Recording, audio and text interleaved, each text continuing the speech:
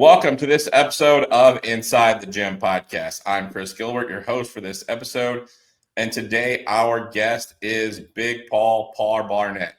You may have seen him on some other podcasts or his podcast, the Antibiotic Bodybuilding podcast, the Antibiotic Bodybuilding channel. Paul's become kind of a expert or a go-to guy for PEDs and things of that nature these days. A lot of people have been listening to him. He's really been kind of blown up lately. So I thought it'd be great to have him on, kind of ask some questions. Paul and I met probably almost 3 years ago now. Maybe 2.5 years ago it's been a while.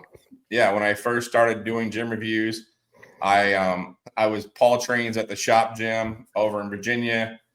I was in there doing one of my first reviews, saw Paul. I'm like, that's a huge guy. I need to go talk to him.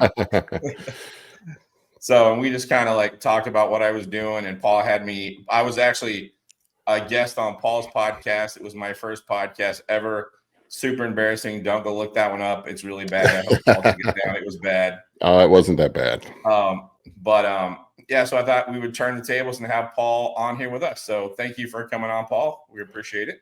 Yeah, man. I'm happy to be on.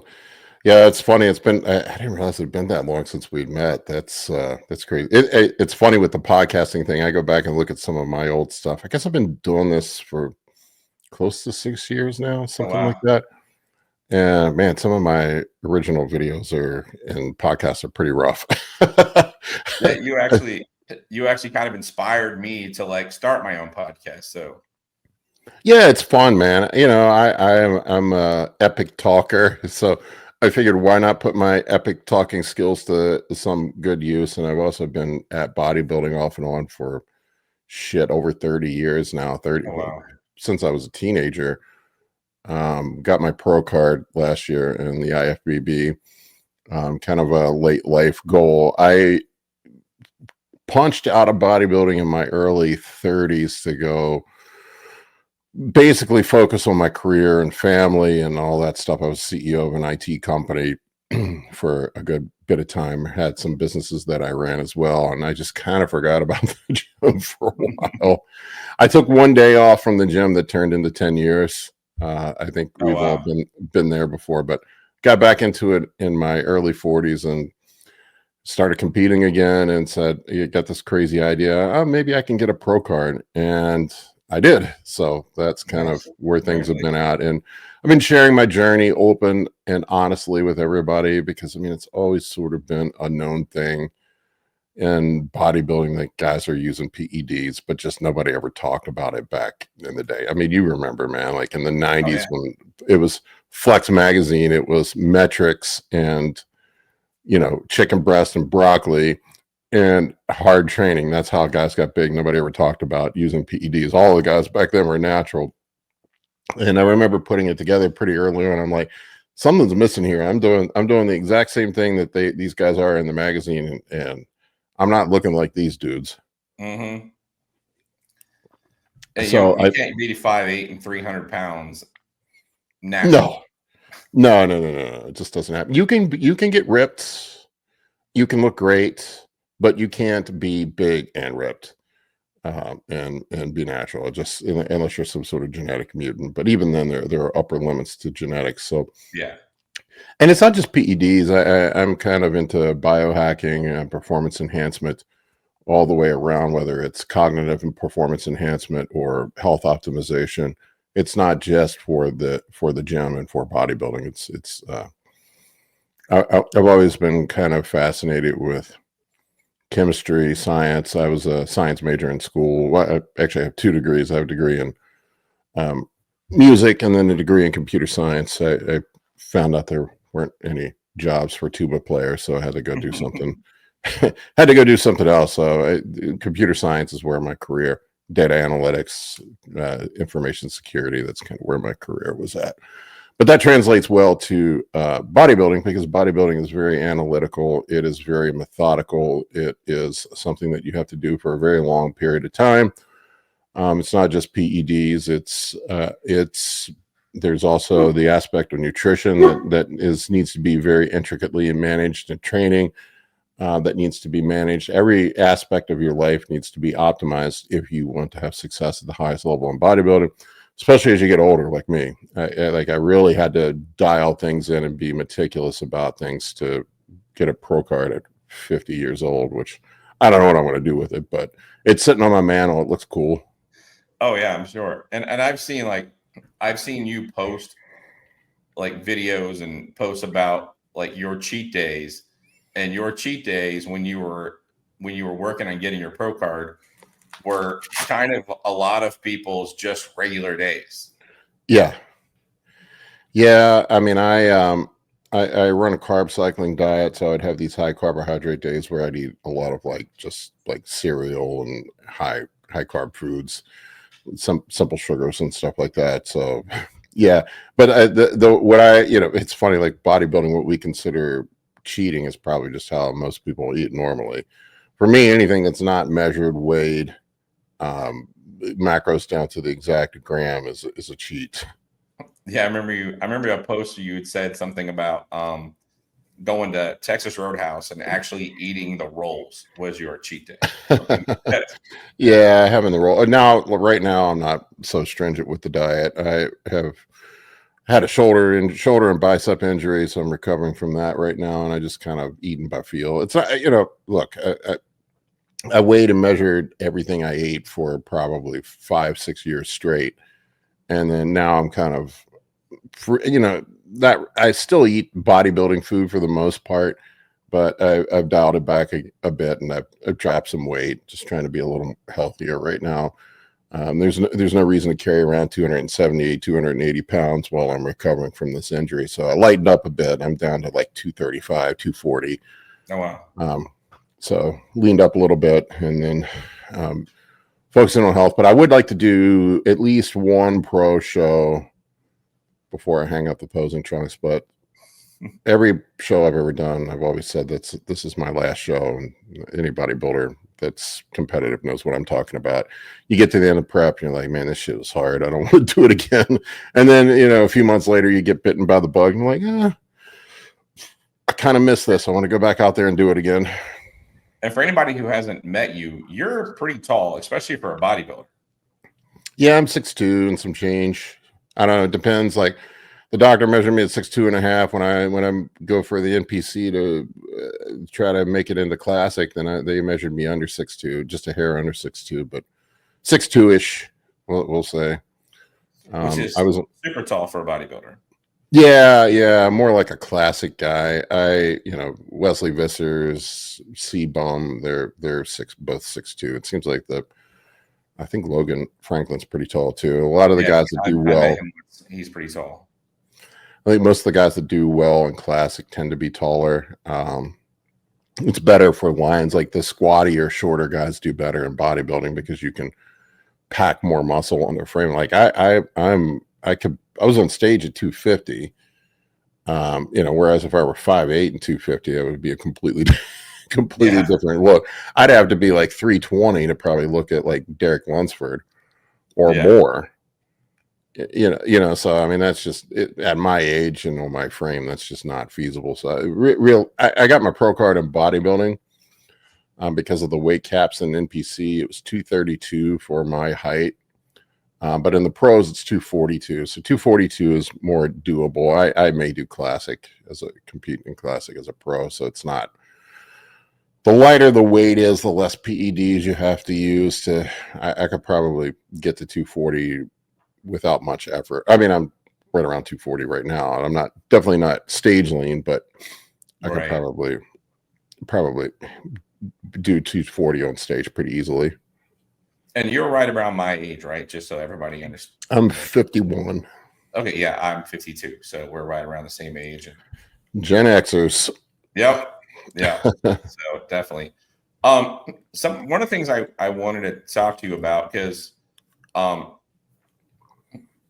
lot of people who follow our podcast and watch my podcast are gym owners and people who want to own a gym, or people who are like have aspirations of owning a gym someday. Do you think that like having a solid understanding, or at least an elementary understanding of like performance enhancers and the type of things that people who are into their gyms could be taking or should be taking or might be taking, or that their trainers could or might be recommending to people in their gyms?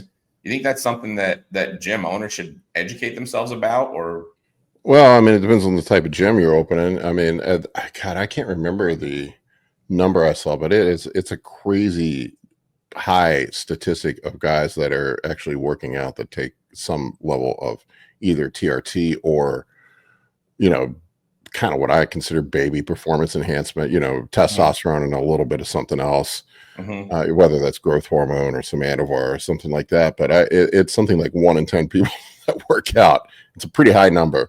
Yeah. I mean, we're talking about legal gray areas here. I mean, this stuff is still federally, a felony. So, Right. I mean, you definitely want to be aware of what's going on in your gym. If you're running a bodybuilding and powerlifting gym, it's probably going to be more prevalent. I would suspect that most guys that run a bodybuilding and powerlifting gym are probably former bodybuilders or powerlifters themselves, so they're going to be already deeply steeped in what's going on in that world. They're not going to be naive to it. Whereas, like, if you had a general fitness gym or something like that, it probably doesn't really matter a whole bunch.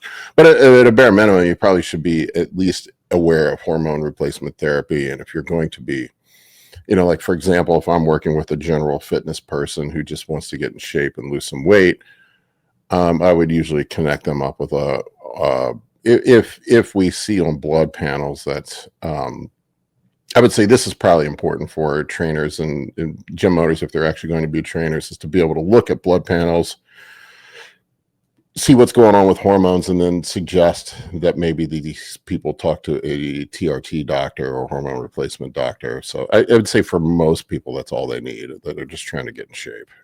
Yeah. Yeah. And TRT is such an interesting world right now. I had Allie Gilbert on the show, and she's kind of like become known for Men's Health and TRT. And we were talking about how even like going to a doctor or going to one of these clinics, a lot of the clinics, she called them McDonald's clinics, because they just hand out the same thing every time, 200 milligrams a test, this other drug. And, so that's not necessarily what you want either. And to get TRT from an actual doctor, I can tell you from experience, it is a challenge. Yeah, they're terrified of it. They don't understand it. Well, a lot of it's funny because I do a lot of consults. A big part of my business is doing consults for people. I did something like 500 consults last year. Oh, wow. And yeah, it was a lot. And I do a lot of blood panel reviews, but I also had quite a few medical doctors reach out to me that had questions. And I think really they don't teach. This is not like something they're going to learn in medical school, especially if you're a general practitioner. You're really, the type of care that they're taught and the thing that they see is not proactive, preventative type health management. It's usually people are sick. They got high cholesterol, high blood pressure, diabetes, pre-diabetic, or they're coming in with some other sort of illness, whether it's acute or chronic. And that's really all a general practitioner is educated to deal with. They're not dealing with any proactive health management, and it's just out of their wheelhouse. And a lot of times they're not healthy themselves. And so overweight doctors. Yeah, there's quite a few overweight doctors. And then there's just been some bad information over the years, like the whole thing about, I think the FDA, I believe, finally removed the warning from testosterone that said that it could cause a heart attack or stroke. Finally. There's like zero evidence of that. I mean, there's a small risk of hemoglobin hematocrit, red blood cell count being elevated, and potential for blood clots. But if you don't have a blood clot disorder or a clotting disorder, then that's very, and in fact, being on hormone replacement is probably long-term better for your cardiovascular health. If you're fat, if you're out of shape, if you're metabolically disordered, those are not going to be good for your long-term health. So, running some TRT is probably going to be beneficial. You're going to lose body fat. You're going to be in shape. You're going to feel better. You're going to be more vital. and likely lower your risk for other things that, especially like our age, like our biggest risk at our age is heart attack or stroke, cardiovascular event. So those are the things that we need to manage. But most doctors, they just are not educated on the subject. They don't understand about it. But it does seem to be sort of the golden age of TRT. And I get what Ali saying. There are a lot of color by number TRT clinics out there now that just hand you some peptides and 200 milligrams of testosterone and send you on your way. And then they charge you a consult fee. It's kind of, and then I see the opposite. I see, doctors, like people finally convince their doctor to give them something and they put them on the shitty ass cream, or they, they're giving them 80 milligrams of testosterone a week, which is not even replacement dose really. It's probably worse. And I see guys like, I don't feel good on this. I'm like, yeah, no shit, you don't feel good because it's not enough. And the doctors do it. They're too conservative with it because they're scared of prescribing more. And from what I understand, I think that the American Society of Endocrinology, they're actually going to up the limit of testosterone, recommended testosterone for replacement, up to 400 to I think 400 milligrams is what I heard. And nobody's prescribing that, but honestly, it really should be about how you feel, where you feel the best at, and optimizing your health. And our medical system here in the U.S. is really reactive care to treat. They're managing symptoms, not treating the underlying causes of problems. And I think a lot of problems could be fixed if people just ate better, got in the gym, had their hormones optimized. And it's not just, for me, like, it's not just about longevity with life. It's also about vitality. Those are two things that you have to balance out. I'm not saying what bodybuilders do is sane. We do some really insane stuff. It's like getting in, it's like climbing Mount Everest, really. Like you can't be sane and say, I'm going to climb Mount Everest. That's different than taking a weekend hike. That's the way right. So, it's extreme. It's like driving a car around the racetrack 200 miles an hour. You're taking a chance. But that's not most people. That's, there are levels and degrees of this. But I would say most doctors are severely uneducated when it comes to PEDs, and a lot of times they'll even use scare tactics to tell people they're going to die, and then scare people away from doing it. That even my own doctor that did prescribe me TRT, it took my own research and my own adjustments of what he was willing to prescribe me in 2 years to get it dialed in to a dosage that he was willing to give me and a number he was willing for me to be at in a consistent area. So because he initially prescribed me like once every 2 weeks. Yeah, and what's going to happen when you do that?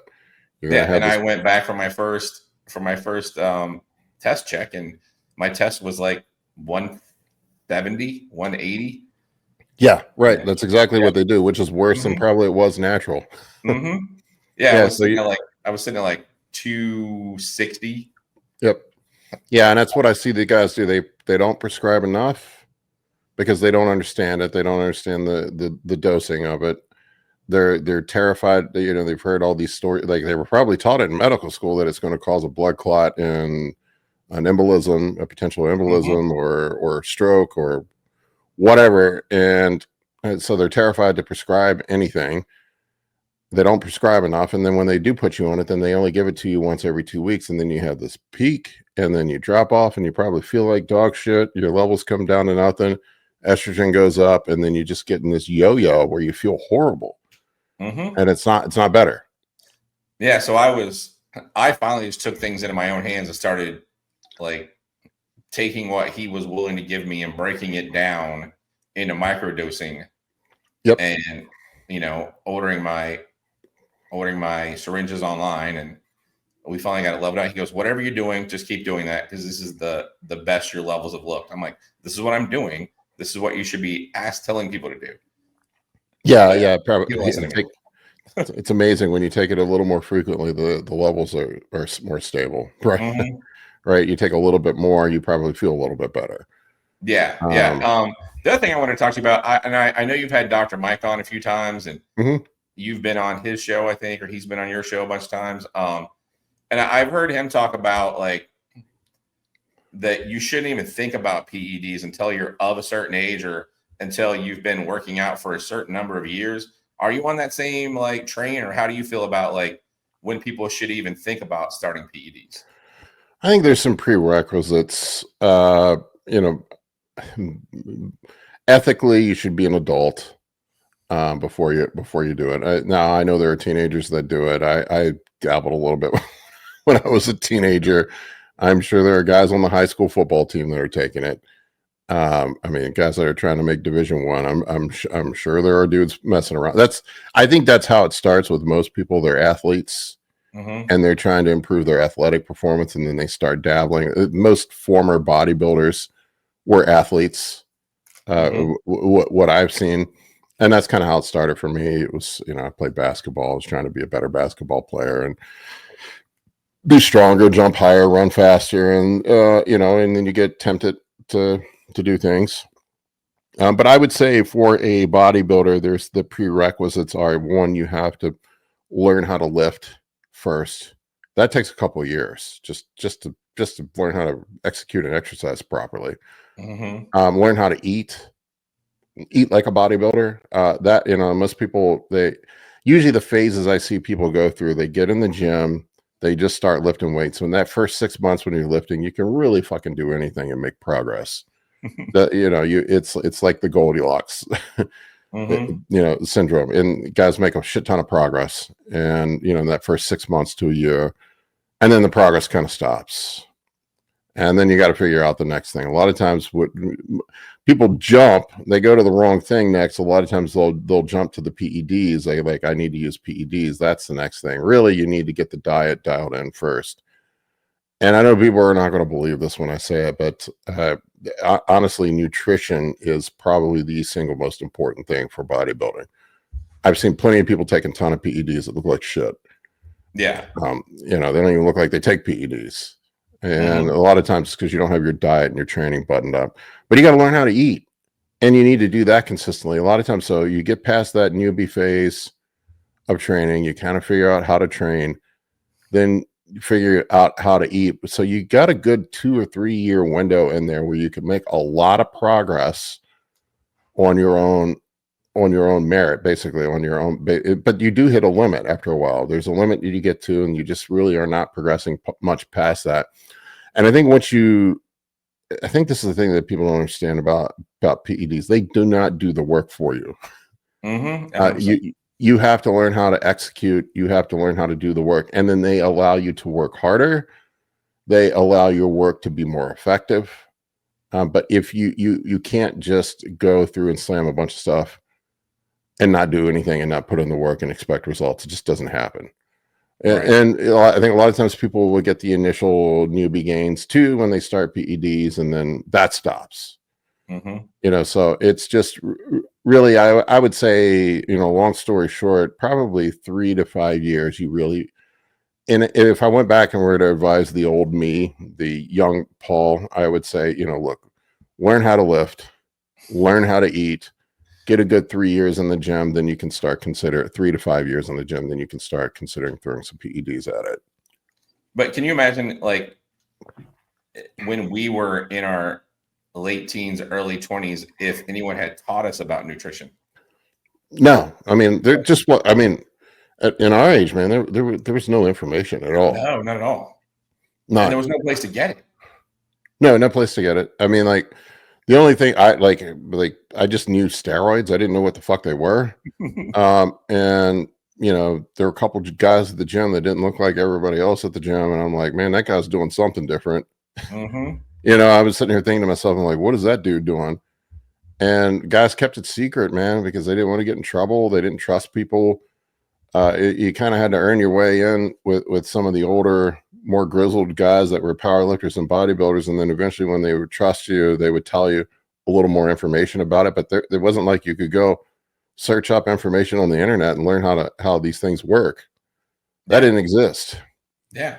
It was purely bro science and shared amongst bros at the gym. It was sort of like a secret society that you had to crack your way into. And the same thing with nutrition. Like, there was just so much bad information on nutrition. Like, nobody, And I remember bodybuilders would keep their diet secrets from each other. They wouldn't tell each other how they ate. They wouldn't tell each other what PEDs they took. It wasn't until the early 2000s when message boards came around and that I think guys started sharing information a little bit more. And then kind of the online coaching stuff started in the early 2000s a bit. And there were a few enterprising bodybuilders. I remember I worked with Dante Trudell early on, who's kind of an OG in the bodybuilding world. He coached me and kind of taught me the ropes, like in the early 2000s. I mean, I knew some stuff, but there just wasn't a lot of information. Yeah, I mean, when I was in my 20s, we'd go to the gym for an hour and a half every day, run 3 miles 3-4 times a week, and then go out every night. And we were still like walk around the beach without a shirt on, like I would eat McDonald's, go train, play basketball for 2 hours. Yeah. Whatever was 99 cents a pound. And then go much beer. So or Taco Bell and Miller Lights. Be in the 20s again. Occasionally I'd find out somebody had some D-ball. I would take some D-ball here and there. I didn't know a whole lot. I dabbled. One of the other things I wanted to ask you about, because I saw you post about this and I thought it was super interesting. I hadn't really even thought about it until I saw you talk about it. And I haven't really heard other people really talk about it. So I wanted to ask you about it. I heard you say a couple times that perma bulking doesn't work. Nope. And that even if you're not going to compete, you should at least correct me if I'm wrong, but you should at least get really lean at least once a year. Yeah. I mean, that's my theory. That's what I've seen work the best. Believe me, I've tried every possible way there is. It's funny because people get upset with me when I say these things. And I'm like, bro, the reason I say it is because I've tried everything and I did everything that didn't work.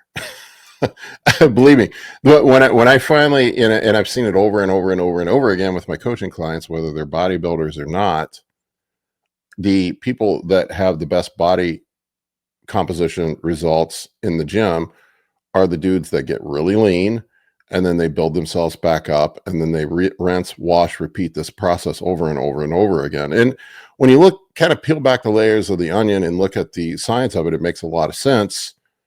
And there's this thing, you can look it up. I don't remember the exact numbers on it, but it's called the P ratio, where they have studied and they look that the higher the body fat percentage is, the more of whether you're taking PEDs or not, the higher distribution of the weight that you gain is going to be fat tissue rather than lean contractile tissue. So when you're, and I'm just throwing out arbitrary numbers, but you get yourself down to sub 10% body fat, something like 80% of the weight that you gain is going to be, if you're training and eating properly, is going to be lean tissue. That number starts to skew the other way as you get higher. When you're 20% body fat, it's probably the exact opposite. It's 20% lean tissue and 80% body fat. Now, it's not going to be exactly that. Everybody's genetically unique. But I have yet to see somebody get extremely fat and come down and look like a bodybuilder. It just doesn't happen. Mm-hmm. And you'll see it a lot of times. Guys will, you'll see powerlifters once they actually diet down, they aren't that big. Mm-hmm. Most of the time. Yeah, when I was first getting back in the gym, I lost 70 pounds in 1 year, and I was actually part of the Titan group, and I was doing check-ins with Mike O'Hearn. And at one point, he saw my pictures, and he was like, "Stop losing weight, because if you lose any more weight, you're just going to look like a skinnier version of what you are now. Start eating and put some muscle on." So, yep. Get the weight. Yeah, get the weight off first, then put the muscle on, and then usually what I see happens too, like with perma bulking too. Even if you stay somewhat lean, just after a while, the wheels start to fall off. I never get super out of shape. I don't think I ever let my body fat get higher than 13-14%, which is still relatively lean. But like I get to an end of an off season, like it's somewhere around like the 16 to 20 week range after slamming food. My stomach is not as great. My response to the food and to the PEDs are not as great. You just get worn out. And when you shift gears and go into a cut and lose weight, you go into a caloric deficit, it seems to just reset everything. And there's a bunch of different limiting factors when you're on a bulk that accumulate over time. Like there's probably lessened insulin sensitivity as you've been eating more food. There's myostatin inhibition. Myostatin probably is increased as you gain weight. There is just, gastric emptying gets slowed down because you're just hammering so much food, and like all these things, it could be health related stuff. If your health starts to get a little out of whack, all these things that go against growing. And it seems like when you diet down and go on a caloric deficit, you reset all this stuff. Gastric emptying increases, insulin sensitivity resets, your body fat gets lower. So when your body fat is higher, a higher percentage of the testosterone that whether you make it on your own or take it from a needle, gets converted to estrogen. The lower your body fat is, the less conversion to estrogen there is. So the testosterone is more effective. There's just a multitude of reasons why being leaner makes sense. And you'll look at it like the bodybuilders that even on the professional level, the guys that make the most progress are the ones that compete frequently. The guys that take 2 years off to get bigger never come back better. At least that's what I've seen. Yeah. And I've yet to see somebody do a 5-year permabulk and come out of it looking better. Usually they're just really fat and they have to lose 70 or 80 pounds and they end up only 5 or 10 pounds bigger than what they were when they started that permabulk. That's what happened to me. And I've seen that over and over and over again. Wow. Yeah. And the more weight, you think about it too, like the more weight you have to lose, like if you're a body composition person that's competing in a sport that requires body composition, if you have to lose 50, 60 pounds on a contest prep, there is a high probability you're going to lose some muscle tissue too. Oh, 100%. High probability. And especially because you're going to have to be more aggressive with a caloric deficit. Whereas if you only have to lose, say, 15 pounds on a contest prep, that's 1 pound per week. That's roughly a 500 calorie a day deficit, whether it's your negative energy balance, whether you do that through cardio or a caloric deficit or some combination of both. That's manageable. Even at 2 pounds a week, even if you had to lose 30 pounds, that's 1,000 calorie a day deficit. That's a big difference. It's a lot more stress on your body. So these are just the things that I look at and try to consider. And I have a background in computer science and data analytics, and I try to look at input versus output and consider everything critically when it comes to body composition and muscle gain. Sorry for the long-winded answer. Oh, no, it was good information. And so let's say for somebody who's not interested in competing, it's still good to get really lean once a year just for your overall health, right? And yeah, and preface, like, how lean do you think someone should get? You don't need to be bodybuilder lean. Like I would say, for most people, 10 to 12% body fat is pretty lean. I mean, like there are very few people walking around at a true 10 to 12% body fat. So I would say, like, I would want for a non-competitor probably to live somewhere in that 10 to 20% body fat range. I'd say if you get over 20%, it's probably getting a little too high. You need to diet down. And if you're somebody who's carrying a bunch of weight, you may not even be able to do that in one dieting phase. Like a lot of times what I'll do, if I have somebody that needs to lose a bunch of weight, we take breaks. I'll do 12 to 16 weeks in a caloric deficit. Then we'll take a 6 to 8 week break and try to push the calories back up, get the metabolism sped back up. I find that if you just keep digging and digging and digging, like I'll see people that stay in a caloric deficit for an entire year straight. After a while, your body just stops responding. And there's only so deep you can go into a caloric deficit, and the metabolism will just downregulate. It's a survival mechanism. The more you pull the calories down, the more cardio you do. Eventually the body catches up and adapts, and you get yourself painted into a corner where you can't progress anymore. So what I like to do is 16 weeks is probably the max I would go. And then we'll pull the cardio back.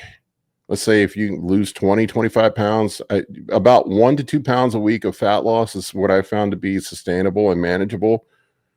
2 pounds, probably the upper side, as I mentioned before. That's 1,000 calorie a day net negative energy balance. So we can do the math on it. We can lose 25 to 30 pounds realistically in a 16-week diet of fat. There's going to be some water weight in there too. So if we need to lose more than that, we got to plan that out over a longer period of time. When I got back into the gym, I had to lose about 80 pounds, and it took me a good 1.5 to 2 years to get it off. Yeah, I lost 70 pounds when I first got back in the gym, but a good 30 of it came off in the first couple of months, and it took me another 9 months to get the other 40 off. Yeah, and a lot of that's because the initial weight that you lose, a lot of it's inflammation and just water. Yeah. People are inflamed. You're probably unhealthy. Some of it's glycogen loss. There's a bunch of other stuff, and then also, you know, the fat. It's funny. The last fat you put on usually comes off the easiest. You know, and then like to get really lean, to get exotically lean, some of that fat, you got to think about it. Like some people have never been below 12-15% body fat. So that fat that's there has probably been on your body since you were a child. It's probably, you know, blood flow is probably terrible to it. It's been there forever. So it may even be necrotic. We don't know.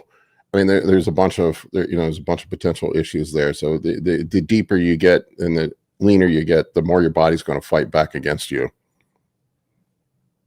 Yeah. The only other question I have for you, one thing I wanted to touch on, since you and I are both in that above 50 range, and I know you see them when you go to the gym. There's a bunch of guys in our age range that are still like really hitting it hard.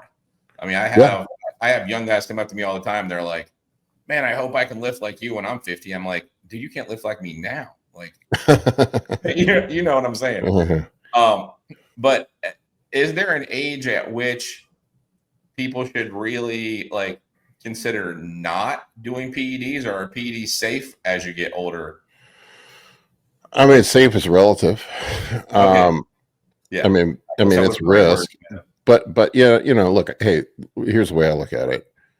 Yeah, it's a risk, but it's also, you know, in toxicology, we know toxicity comes from dose, compound choice, and duration. Those are the 3 variables. So, you know, it really depends on how much you're taking, how long you're taking it, and what you're taking. So if you're taking relatively mild, well-tolerated compounds, you know, the bioidentical stuff like testosterone or growth hormone are pretty well tolerated. Guys can, it's pretty clear that you could probably run that the rest of your life. I mean, I look at Sylvester Stallone.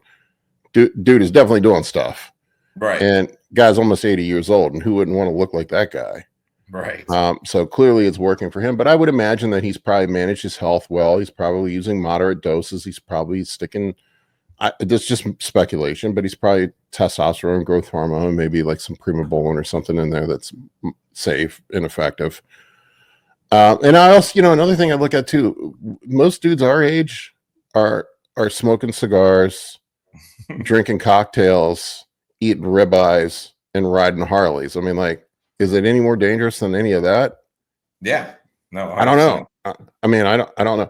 I don't have any other vices. I don't drink. I don't smoke. I don't do recreational drugs. For the most part, I just stay at home. I go to the gym and stay at home, go to the grocery store. That's the extent of my social life. I eat healthy. You know, I do have some health issues that I've had my entire life. I'm diabetic.